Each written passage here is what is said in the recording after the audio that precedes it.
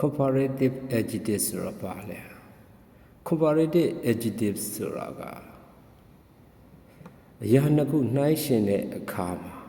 ဒီ comparative ကိုသုံးပါတယ်သူရဲ့ sentence structure လေးကတော့ subject လာတယ် verb လာတယ်ဒီ two comparative လာတယ်ပေါ့နော်သူရဲ့နောက်မှာ done လာတယ် object လိုက်ရတယ် comparative ကိုမြန်မာတွေက D2 လို့လည်းခေါ်ပါတယ်ဥပမာဆိုရင် A is taller than B A က B ထက်ပိုရရှိတယ်နော်ဒါဆိုရင် A က subject is က verb taller က D2 than ကတော့ဒီနေရာမှာထက်လို့မြန်မာပြန်တယ် B ကတော့ object ပေါ့နော် subject verb comparative than object this book is more interesting than that one ဒီစာအုပ်ကအဲ့ဒီစာအုပ်ထက်ပိုပြီးစိတ်ဝင်စားစရာကောင်းနေဒါကြောင့်မလို့ comparative ကိုအရာနှစ်ခုနှိုင်းယှဉ်တဲ့အခါမှာတစ်ခုကတာတယ်ဆိုတဲ့အရာတွေနှိုင်းယှဉ်တဲ့နေရာတွေမှာဖော်ပြတဲ့အခါမှာဒီ comparative ကိုသုံးနေပေါ့ D2 adjective ကိုသုံးနေပေါ့နော်အတန်တန်နဲ့ထွက်တဲ့ဟာတွေ adjective တွေဆိုလို့ရှိရင် positive degree ကနေ comparative degree ကိုပြောင်းခြင်းနဲ့ဆိုရင် er ပေါင်းပြရပါတယ် tall ဆိုရင် taller small ဆိုရင် smaller fast ဆိုရင် faster now e နဲ့ဆုံးတဲ့ adjective တွေဆိုလို့ရှိရင်တော့နောက်ကနေ r ထည့်ပေးလိုက်ရအောင် large ဆိုရင် larger nice ဆိုရင် nicer y ဆုံးတဲ့ adjective တွေဆိုရင်တော့ y ကို I ပြောင်းပြီး er ပေါင်းပေးလိုက်ရအောင် happy ဆိုရင် happier easy ဆိုရင် easier now ဘီဆုံးတဲ့ adjective တွေဘီဆုံးပြီးရှိမယ်တရာရှိနေမယ်ဆိုရင်နောက်ကဘီကိုနှစ်စားပြုပြီးတော့မှer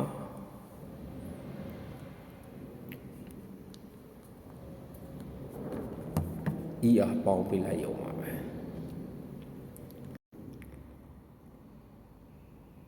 စရဘောနှစ်တန်းထက်ရှိတဲ့ adjective တွေဆိုရင်ရှိရတယ်မောပေါင်းပေးရပါတယ် comparative adjective ဖြစ်ဖို့ဆိုရင်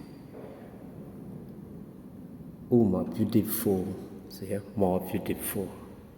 expansive ဆိုရင် more expansive နော် interesting ဆိုရင် more interesting such ဒီလို more လည်းပေါင်းလို့မရဘူး er လည်းပေါင်းလို့မရဘူး est လည်းပေါင်းလို့မရတဲ့ irregular comparative adjective တွေလည်းရှိပါတယ်ဒါတွေကတော့ good ဆိုရင် better ဆိုရင်ဒီကောင်းလေးကြက်ထားတာ bad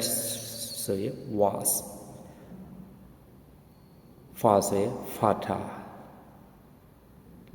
little ဆိုရင် least many or much ဆိုရင် more အဲ့ဒီလိုပြောင်းသွားတာရှိပါတယ်ကြည့်ကြည့်အောင်A car is faster than a bicycle.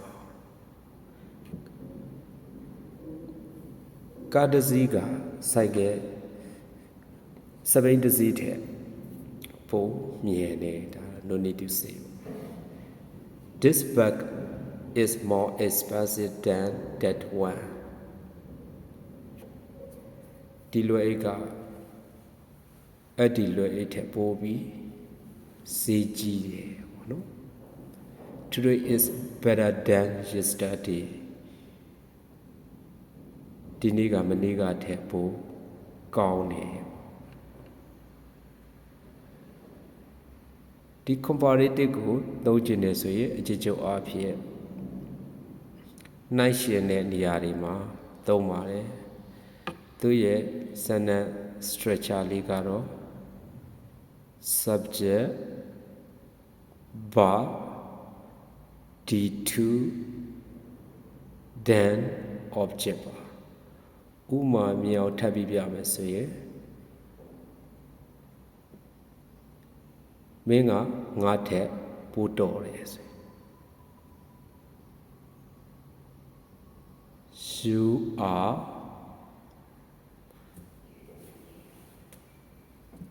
better than me